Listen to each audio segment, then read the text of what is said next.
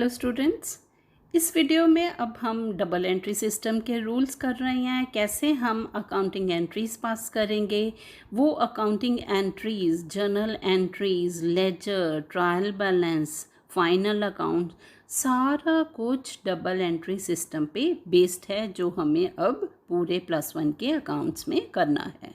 तो अब देखें डबल एंट्री सिस्टम मीनिंग आपको पिछली वीडियो में बताया है, एक बार रिवाइज कर लेते हैं। Every transaction has two aspects and both the aspects, debit and credit, must be recorded of every transaction. Like sold goods to Mahesh for ₹2,000. In this case, goods worth ₹2,000 are going out of the business and cash ₹2,000 is coming into the business. अगर वो cash नहीं भी दे रहा है लेकिन एक promise हमें लिख के दे देता है कि मैं आपका पेमेंट 2 महीने बाद कर दूंगा, और वो जो प्रॉमिस है वो लीगल वे से बनाया हुआ है, तब भी ठीक है, तब भी हमारे पास कुछ आ गया। और both these must be recorded in accounting book. Students, अब हम रूल्स के लिए 2 मेथड यहाँ यूज़ करने जा रहे हैं।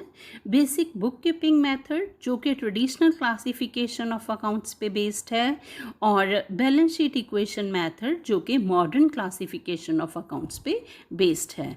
और दोनों मेथड्स का इफ़ेक्ट एग्जैक्टली सेम है, आप कोई भी यूज़ कर सकते हो। So first of all, we take basic bookkeeping method. So in this case, we are going to cover traditional classification of accounts. अब अकाउंट है क्या, इसका मीनिंग तो समझ लें ब्रीफ में। Account is the summary of transactions relating to a particular item relating to the business in P form, where left side is used for debit and right side is used for credit.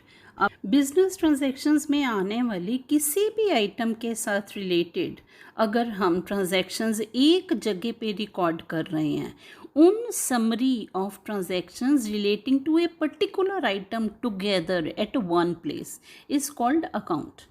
अब जैसे parents आपको pocket money देते हैं, ठीक है, 500 दे दिया, 400 rupees दे दिए, और फिर वो महीने के बाद बोलें बच्चे लाओ देखो देखो आपके पास कितने पैसे बचे हैं। फिर आप बोलोगे देखो आपने मुझे 500 रुपया दिया था, यहाँ मैंने खर्च कर लिया, यहाँ मैंने खर्च कर लिया, ये मेरे पास 50 रुपये बाकी हैं। बस यही काम है बच्चों, जो आपके पॉकेट मनी का हिसाब आपने बनाया, यही हिसाब है, यही अकाउंट है, फॉर्मल वे से हम अकाउंटिंग रिकॉर्ड्स में जो बनाते हैं। तो ट्रेडिशनल क्लासिफिकेशन में टाइप्स ऑफ अकाउंट्स कौन कौन से होते हैं? पर्सनल अकाउंट्स और इम्पर्सनल अकाउंट्स। अब सबसे पहले पर्सनल अकाउंट्स का मीनिंग समझे। These accounts are related to the persons और ग्रुप ऑफ पर्सन्स। ये नेचुरल पर्सन अकाउंट्स हो सकते हैं, जैसे आप, जैसे मोहित, जैसे सोहन, जैसे सुरेश, जैसे गीता, जैसे मीना।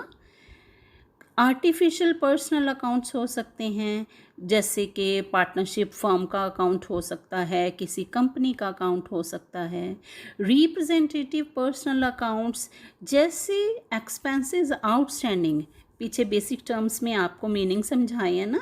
तो एक्सपेंसेस आउटस्टैंडिंग एक पर्टिकुलर आइटम के प्रति हमारी लाइबिलिटी है, तो वो हमारे क्रेडिटर हुए, तो वो एक पर्टिकुलर आइटम के लिए क्रेडिटर हुए ना, तो वो रिप्रेजेंटेटिव पर्सनल अकाउंट्स कहलाएंगे। Similarly income received in advance, हमने किसी एक पर्टिकुलर पार्टी से कुछ पैसा पहले रिसीव करके रखा हुआ है, ठीक है, तो ये सारे रिप्रेजेंटेटिव पर्सनल अकाउंट्स हैं। और तीनों किस्म के पर्सनल अकाउंट्स के लिए रूल सेम चलेगा। इम्पर्सनल अकाउंट्स कौन से होते हैं? वैसे तो पर्सनल का opposite impersonal means those accounts which are not personal. अब देखिए वो नॉट पर्सनल भी क्या होंगे। These can be real accounts and nominal accounts. Real accounts कौन से हैं? Real accounts are all asset related accounts. Asset का मीनिंग आपने समझा था ना पिछली वीडियो में, बेसिक टर्म्स की वीडियो में आपको एसेट का मीनिंग समझाया था। तो बिजनेस के जितने भी एसेट्स हैं वो सारे के सारे प्रॉपर्टी अकाउंट्स या रियल अकाउंट्स कहलवाते हैं। और नॉमिनल अकाउंट्स क्या हैं? All expenses, incomes, losses, gains, revenues are nominal accounts. तो हम ब्रीफ में ऐसे ही बोलेंगे, all accounts relating to expenses and incomes are nominal account. अब हम टाइप्स ऑफ अकाउंट्स के बेसिस पे रूल की बात करें। पर्सनल अकाउंट का मीनिंग आपको समझ आ गया। पर्सन रिसीव भी कर सकता है, गिव भी कर सकता है, पर्सन ले भी सकता है, कुछ दे भी सकता है। तो रूल क्या याद रखना है आपने, debit the receiver, credit the giver. आप इसको गा के भी सीख सकते हो, गा के भी याद कर सकते हो। Debit the receiver, credit the giver.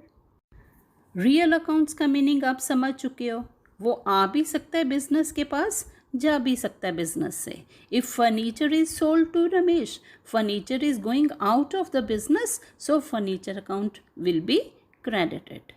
Nominal accounts, खर्चे भी हो सकते हैं, नुकसान भी हो सकते हैं, इनकम भी हो सकती है, रेवेन्यू भी हो सकता है। तो debit all expenses, credit all incomes और revenues. Let me repeat all these three rules. Debit the receiver, credit the giver. Debit what comes in, credit what goes out. Debit all expenses and losses, credit all incomes, revenues. अब बात करें balance sheet equation method की। तो balance sheet equation method किस पे based है, modern classification of accounts पे। क्या लेते हैं हम इसके अंदर, पीछे हमने बैलेंस शीट इक्वेशन पढ़ी थी ब्रीफ में। तो बैलेंस शीट इक्वेशन क्या है, C plus L is equal to A. तो C capital, L liability equal to assets. Asset के लिए रूल क्या है, debit the increase, credit the decrease.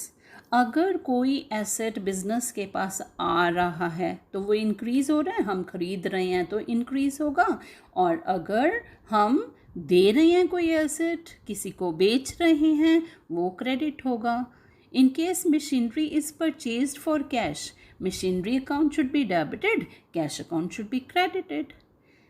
Next है लाइबिलिटी अकाउंट। बच्चों बैलेंस शीट इक्वेशन में एसेट और लाइबिलिटी ऑपोजिट साइड पे होते हैं, तो याद रखना, एक बार एसेट अकाउंट का रूल याद कर लिया, ऑपोजिट रूल चलेगा for liability account. Credit the increase, debit the decrease. If loan is borrowed from state Bank of India, तो State Bank of India's loan account should be credited. Next आ गया capital account. बच्चों C plus L is equal to A. तो आपको ये पता है कि लाइबिलिटी अकाउंट के साथ ही कैपिटल अकाउंट होगा, क्योंकि सी और एल सेम साइड पे होते हैं, ए ऑपोजिट साइड पे होता है। तो लाइबिलिटी वाला रूल ही कैपिटल अकाउंट पे चलेगा।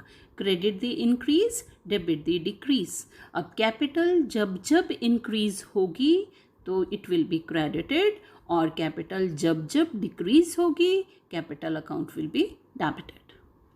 Expenses and losses. बच्चों दिस इज इंटरेस्टिंग। एक्सपेंसेस और लॉसेस आप किसी भी मेथड से करो, यही रूल रहेगा, debit all expenses and losses, credit all revenues, gains, incomes और प्रॉफिट्स।